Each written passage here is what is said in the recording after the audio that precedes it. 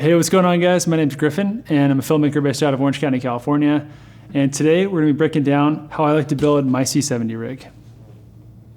So jumping right into it, there's kind of three ways I like to build my rig.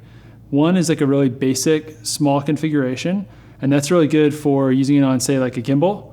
The second configuration I like to use is a bit more of like a run and gun documentary type build, where I want it a little bit built up with like an external monitor and a mic, but I don't want it too big. And then the third configuration is the one that you see here, and this is sort of like a full-size studio build. So we'll go ahead and break down how I like to build each one. So the first build I like, it utilizes the Bright Tangerine cage, and it uses the Bright Tangerine top plate, the Bright Tangerine side plate, and then the Bright Tangerine DJI dovetail. So right off the bat, this is like a really cool build if you just want something a little more simple and you don't necessarily build your rig up all the time. So I will say it's not the cheapest build out there, that's for sure. Bright Tangerine makes stuff that's a little more on the pricey side, but it's definitely built for the professional. So you're someone who's shooting multiple days a week, you're out there making a living doing this stuff, it's, in my opinion, worth the investment to get something that's worthwhile and that's gonna really hold up over the test of time. So a couple things I like about this is it uses the DJI dovetail. So if you have something like a Ronin S2, you can literally take just the same plate that's built into the cage. And one of the cool things about this specific build is it has two screws on the bottom and then a third safety pin. So it actually has three mounting points, so it won't have any rotation. And then another thing I like is it gives you different mounting points on the body. So if you want to put like a lav mic on here, for example, you could do that. So with the small configuration, how I like to do it is I'll put the flip screen out, and I happen to have like a Helios 44-2 lens on here, but you can use any lens you like. And what I like about this setup is it's really small and compact, but you've got these extra mounting points here. So you can put like a little AVX wireless on there or whatever you like to use. And the biggest thing for me personally is I like that the top, the side, and the bottom are all connected. So you won't have any rotation in the base plate. Whereas with, like, I bought a small rig, DJI compatible base plate, and you'd get a lot of rotation. So what you do is you can load this directly on to the Ronin S2. So that's pretty cool. And you can go, my favorite thing about this build is you can go from this really small compact build all the way up to a full studio build. So that's kind of the first setup, and that's, like I said, it's just a really basic, simple configuration. It's really nice on the DJI Ronin S2. So the second configuration I like is kind of more of like a run and gun, doc filmmaker type setup. So we'll set this aside.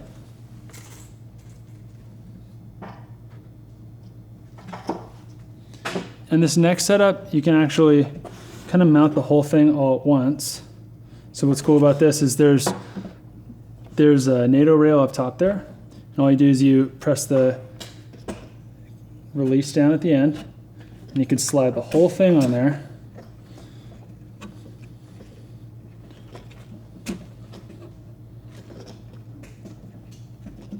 And then there's just a single lever that you twist to kind of lock the whole thing down.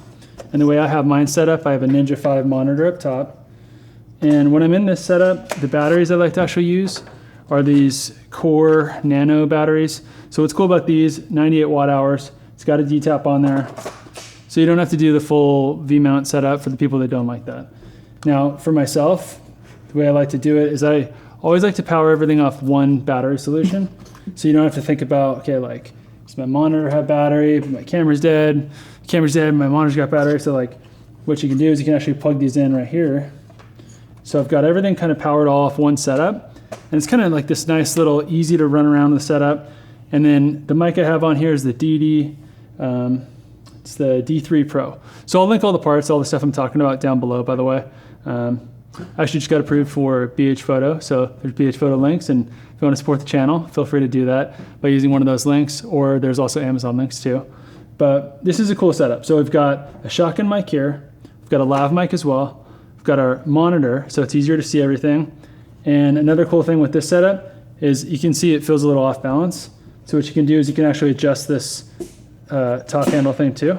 So this can adjust here. And now you can make it a little more balanced rig for a nice small setup like this.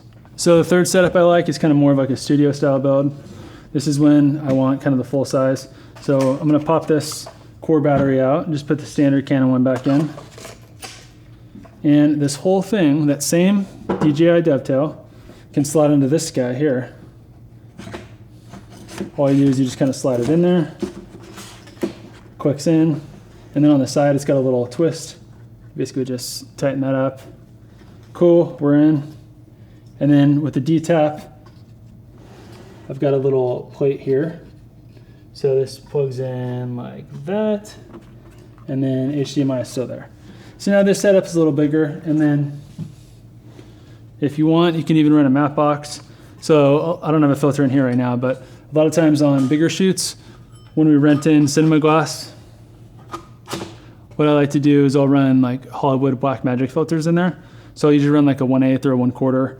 And now you've got this like full-size rig, and you know, people often talk about like, you know, do you need a big rig for a client or not? You probably don't, but I will say the first time I used the C70 on a job, the first time I shot with this particular client, and it's a great client, high-end client, we used two C200s and my C500 as the A cam. And then the second time I brought in two C70s as the B and C camera, and the client was like, oh, you're shooting on smaller cameras this time? And it just like made me laugh, like how stupid is it that people care about that? But look, I mean, those are also the people that are paying my bills, so whatever, you know, if you do want to have a big rig to come in and flex on your client, like this is for sure it. I mean, like look how cool this looks. So right here we've got front to back, bright tangerine Misfit kick matte box, Helios 44-2 lens, the DD-D3 mic Pro, Ninja 5 up top. I'm using this little small rig monitor mount, so this is a pretty cool one. And then the bright tangerine top handle. And then on the side we've got Sennheiser AVX mic. And then jumping over to the back, we've got, this is the IDX, I forget the name of it, but I'll link it below. There's a cheese plate, and then this thing's got two power taps on either side. And then on the back, the whole thing's powered off V-mount batteries. So even though the C70's got really great battery life, I like to power all my stuff off V-mounts. And the reason for that is my C500 that I use also uses V-mounts, and all my lights, my aperture lights use V-mounts, all my monitors, like this monitor that I'm using right here to watch, make sure I'm still recording, uses V-mounts. So for me, it simplifies the operation just to run every single thing I have in my whole production off V-mounts. So that's really nice. It's like one less thing to think about. And when you work with a team, it's nice to just like know there's like one unified battery standard across the whole production. So that definitely helps me out on bigger shoots. So it's a little tour of how I like to build my rig.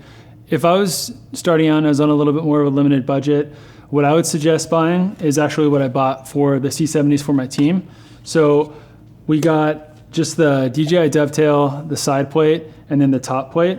So if you wanted to see kind of like back to the basic configuration, you can just pull those cables out, come off on the NATO on the top.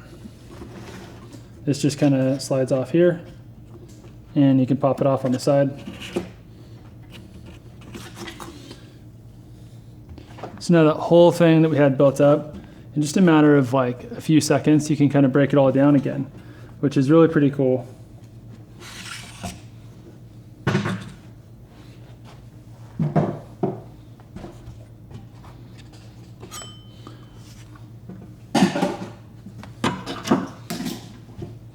And now we're right back where we started with this really nice simple configuration. So if you were on a little bit more of a limited budget, what I would suggest doing is investing in this kit right here, just the top plate, the side plate, and the bottom plate. That's actually what I did for my team. And then they make this little adapter. I'll link this below. But you can bolt this right on here.